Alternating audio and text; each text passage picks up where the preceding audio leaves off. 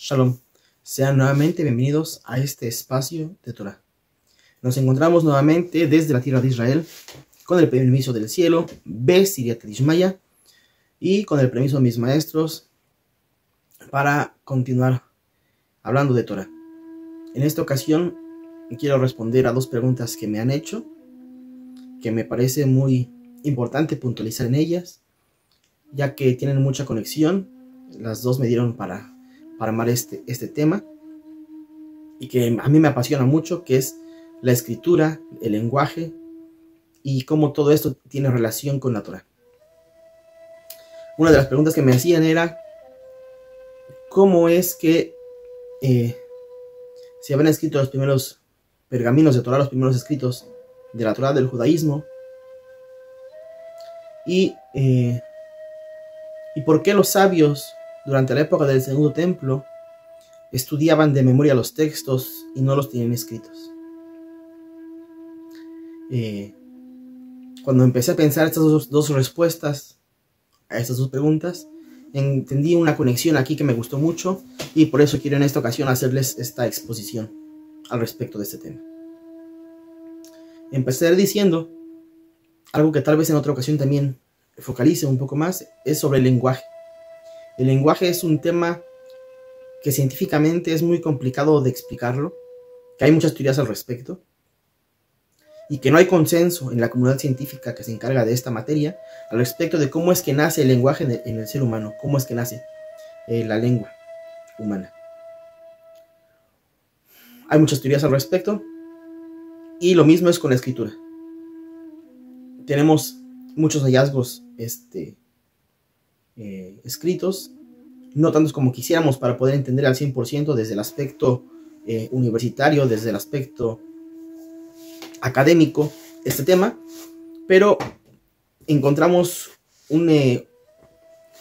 algunos puntos en común en diferentes culturas antiguas, como por ejemplo la china, la egipcia, que aunque estaban paralelas en su momento, en tiempo, en descubrimientos, en avances, estaban alejadas y desconectadas una de la otra.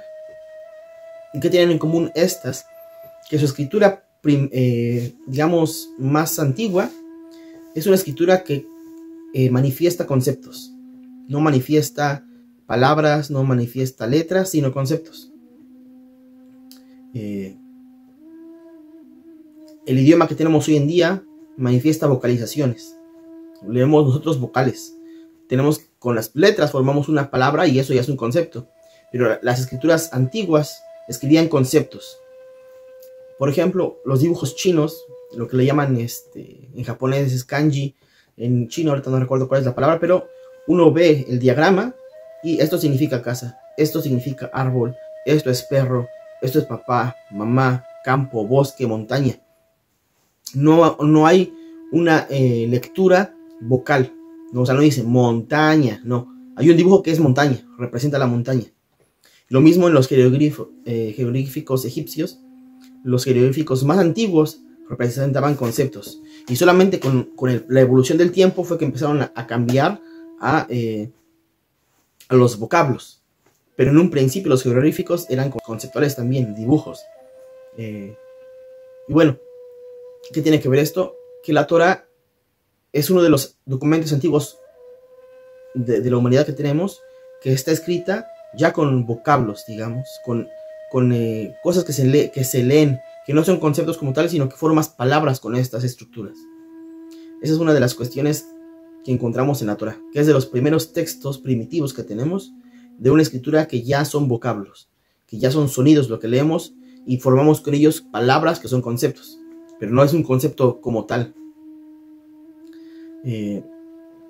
Entonces cuando Moshe escribe la Torah para el pueblo de Israel, que Hashem le dicta, y es muy importante aquí esta cuestión, que Hashem es el que le dicta a Moshe la Torah, el que prácticamente le dice, así se escriben, así es la forma que ustedes van a tener ahora del lenguaje.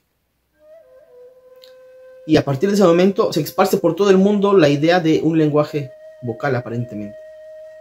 Bueno, Moshe escribe un pergamino que es el que guarda dentro del arca del pacto, y también escribe 12 pergaminos más que reparte a las tribus.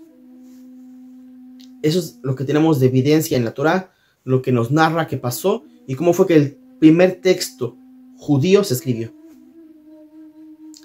Sabemos que posteriormente se escriben otros libros, como el libro de Josué, como el libro de Samuel, pero que ya son un trabajo más elaborado de algunos profetas y de algunas cortes, ¿no? Por ejemplo, el libro de los reyes, el libro de las crónicas, son recopilaciones de los escritos de mucha gente que después se tomó forma para ser parte de la historia del pueblo judío y se puso en el Tanaj, en el Antiguo Testamento, para darle un contenido más histórico también a este concepto de la Torah, del pueblo judío, y que tengan algo histórico dentro de sus textos litúrgicos, dentro de sus textos sagrados para el judaísmo.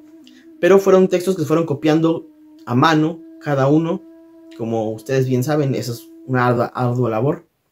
Ya hemos dicho en otras ocasiones que cuando una persona quiere escribir un pergamino de la Torah y se dedica a ello todo un año, puede conseguirlo, escribir los 5 libros de Moisés a mano, para hacerlo un pergamino, para poner en una sinagoga como se acostumbra hoy en día, y desde la escritura del libro que hizo Moshe Rabenu, de estos 5 libros.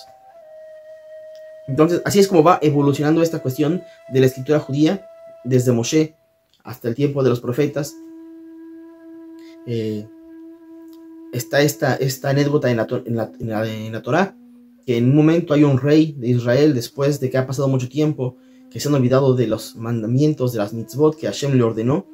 Hay un rey, Hizkiyahu, si no mal recuerdo, que dice que hace una revolución en el templo, limpian, renuevan, y de repente encuentran un pergamino de Torah. Y que cuando leen se conmueve él porque se da cuenta de todos los errores que está cometiendo el pueblo de Israel. Dicen los sabios, ese libro que encontraron en específico fue ese libro que dejó Moshe Rabenu para una de las tribus. Y se dieron cuenta que era un libro especial, que era un libro antiguo, porque estaba ahí escrito a un lado en los papeles que sostienen, en los palos de madera que sostienen el pergamino. Decía ahí, este es un libro que está de la época de Moshe. Sabemos que al día de hoy nosotros encontramos pergaminos de hace 2000 años. Así que no es raro que ellos hace 3000 años encontraron un pergamino de hace 1000 años, que fuera de la época de Moshe Rabenu. O tal vez de esas primeras transcripciones que se hicieron, pero que se intentaba guardar con rigor, cómo se copiaban estos pergaminos. Y esto de copiar un pergamino a mano es lo que lo hace difícil. Y con esto nos llevamos a la pregunta de por qué en la época del templo los rabinos no tenían libros para estudiar y tenían que estudiar de memoria. Y es porque al tener esta tecnología escasa que es la escritura a mano, que es muy difícil, requieres muchos recursos. Porque, por ejemplo, para escribir este pergamino de la Torah necesitas pergaminos de piel.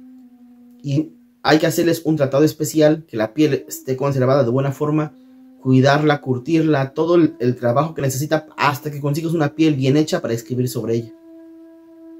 No eran escritos hechos en papel o en restos de lino, de telas, sino eran escritos en restos de pieles. Entonces esto limita tu posibilidad de escribir, lo cual nos viene a recordar qué tan importante fue para el hombre y su avance tecnológico el invento de la imprenta, porque fue un antes y un después en la distribución del conocimiento del ser humano. Bueno, en la época del Segundo Templo seguían las transcripciones a mano, y imagínense qué tan escasos eran los textos, que cuando los rabinos discuten acerca del libro de los Salmos, discuten si entre el Salmo 145 y el Salmo 150 la palabra aleluya pertenece al capítulo anterior o al capítulo que viene. Y están discutiendo al respecto de por qué no tenían claro, porque no tenían ese pergamino escrito de ellos en ese momento físico. Y estamos hablando de que son 20 o 30 rabinos discutiendo de este tema. Hasta que llega un rabino y dice, no, espérense, eso yo lo vi en un pergamino que tenía mi tío. Y ahí decía que el capítulo empezaba con aleluya, y también el primer capítulo terminaba con aleluya, y el próximo capítulo también empezaba con el aleluya. Entonces no es una palabra que une los dos capítulos, sino que cada capítulo tiene su propia palabra. Uno que lo termina y otra que lo inicia. Pero hasta que no llega esta evidencia de un rabino, de un sabio que dice, yo vi el pergamino de mi tío, dice que él los tenía escritos y decían así, una palabra para terminar y una palabra para iniciar el otro capítulo. Y como muestra varios ejemplos de que ellos se saben los capítulos de los libros de los profetas de memoria, pero no es que tengan un pergamino escrito delante de ellos. Y digamos que la obligación es de que cada poblado, cada colonia, cada barrio tenga su propio pergamino de la Torah. Y hoy en día, gracias a Hashem, por la abundancia que tiene el pueblo de Israel, tenemos hasta 5, 6, 7 pergaminos por sinagoga. Ya no digamos por barrio. Pero en su momento, incluso la misma ley dice que si no encuentras un libro que esté perfecto, que no tenga un defecto, incluso de ese que tenga un pequeño defecto puedes leer en caso de que no tengas otro pergamino del cual leer. Así que vemos qué tan escasos eran en la antigüedad los escritos. Ese es un aspecto. El otro aspecto es que la Torah oral tenía que ser guardada oralmente, enseñada de boca del maestro a los oídos de los alumnos, y repetirla hasta que te la aprendieras. Entonces, también esa cuestión oral de la ley implicaba que tenías que repetirla, y como les decía en otras ocasiones, el estudio judío o la lectura judía es cantada. Por ejemplo, cuando uno lee la Torah en la sinagoga, es un canto. Si el lector es maestro, tiene buena preparación, es muy hermoso este canto. Si el lector tiene, o el lector del pergamino tiene menos maestría, bueno, tú vas a escuchar una lectura prácticamente normal. Pero si estás con alguien que tiene el conocimiento adecuado, escuchas cantos de la Torah. Lo mismo con los libros de los profetas. Si el lector tiene la maestría necesaria, tú escuchas que es una melodía, no es una lectura normal. Porque esas melodías tienen su importancia, pero también esa música te ayuda a recordarlo. Por ejemplo, el maestro que a mí me enseñó, el rabino Yitzhak, que me enseñó a escribir pergaminos, él prácticamente hay pergaminos que él se sabía de memoria. Dice, porque es que yo tengo desde los 3 años leyéndolos. Imagínate, desde los 3 años, por ejemplo, el pergamino de Esther dice, yo desde los 3 años lo leo, y lo leo en una sinagoga, y en otra, y en otra. Dice, hay épocas en las que yo leo 20 veces este pergamino en un año, en una sola fiesta. Dice, entonces, imagínate, tengo 63 años, lo leo desde los 13, tengo 50 años leyendo este pergamino, por lo menos 10 veces cada año. Prácticamente me lo sé de memoria.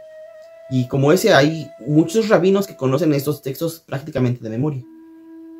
Entonces, el hecho de que los textos judíos sean también con un componente musical, les da un extra para poder recordarlos de memoria.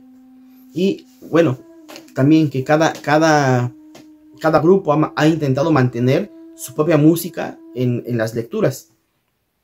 Entonces, hay 2 puntos. Uno, que la Torah oral tenía que ser enseñada de forma presencial, de maestro a alumno, de boca a oído, y repetirlo y repetirlo y repetirlo como dice el texto. Y los repetirás a tus hijos andando por el camino y al acostarte y cuando te levantes. Bueno, en la época del Talmud era mucho eso, que el estudio más importante para los sabios era aprenderse de memoria los textos.